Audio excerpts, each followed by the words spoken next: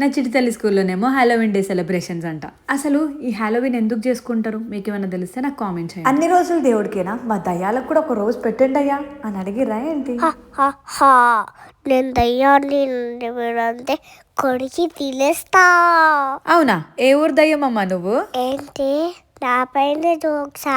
నేను లంకిని షాకిని కన్నా పెద్ద దయ్యాన్ని. ఇంకా నా చిటితల్లి దయ్యం గెటప్ లో నుంచి బయటకు వచ్చేలా లేదు. అవును, మీరు చెప్పండి, నా చిటితల్లి మేకప్ ఎట్లుంది? నిజంగా పిల్ల దయ్యం లాగా ఉంది కదా.